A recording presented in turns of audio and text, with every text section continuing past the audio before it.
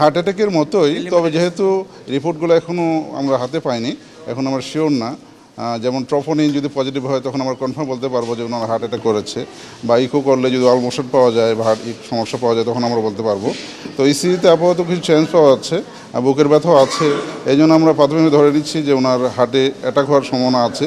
আর যেহেতু ওনার প্রেশার আছে আগ থেকে, ব্লাড প্রেশার বেশি এবং ডায়াবেটিসও আছে, সো ওনার হার্ট অ্যাটাক হওয়ার সম্ভাবনা আছে, একটু ঝুঁকি আছে। সো সেই জন্য আমরা ওনাকে সিসিউতে ভর্তি রেখেছি এবং মনিটরে রেখেছি ওনাকে। না, ওনাকে এখনো আইসিইউতে নেওয়ার মতো না, যেহেতু ওনার রেসপিরেশন মেনটেন হচ্ছে, ব্লাড প্রেশারও মেনটেন হচ্ছে। রিপোর্টগুলো আসলে পরে আমরা ডিসিশন নেব যে অথবা ওনার পেশেন্টের অবস্থা যদি খারাপ হয় তখন আমরা আইসিইউতে মুভ করা লাগলে মুভ করব।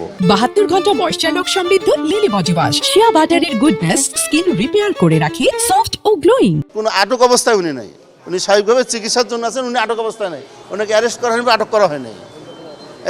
উনি কোনো অপরাধী না, কোনো অপরাধ করেন নাই। এখানে একটা ওই যে বললাম বিশেষ একটা চক্র তাকে হেনস্থা করার জন্য এটা করেছে, হয়রানি করার জন্য। উনি আটক অবস্থায় নেই, নিরাপত্তার জন্য। হ্যাঁ। এখন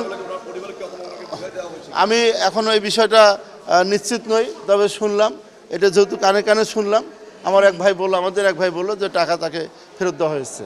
এটা শোনা কথা, এটা মানে স্পেসিফিকভাবে কোনো তথ্যভিত্তিক কথা নয়। শুনলাম যে টাকা তার পরিবারকে হস্তান্তর করা হয়েছে। উনি এখন আটক অবস্থা নেই, ওনাকে চিকিৎসার জন্য এখন এখানে আছেন। তবে এর মধ্যে যেটা অপপ্রচার যতটুকু হয়েছে আপনাদের মাধ্যমে, আমি আশা করি আপনারা বিষয়টা সুস্পষ্ট করে জাতির সামনে উপস্থাপন করবেন যে প্রকৃত ঘটনা এই, এবং উনি কোনো অপরাধ বা কোনো ইয়ের সঙ্গে এবং কোনো নির্বাচন আচরণবিধি পরিপন্থী কোনো তার দ্বারা কাজ সম্পন্ন হয়নি। এখন তিনি চিকিৎসার মধ্যে আছেন। জি, ধন্যবাদ আপনাদের। 72 ঘন্টা ময়েশ্চার লক সমৃদ্ধ লিলি বডি ওয়াশ শিয়া বাটারের গুডনেস স্কিন রিপেয়ার করে রাখে সফট ও গ্লোয়িং।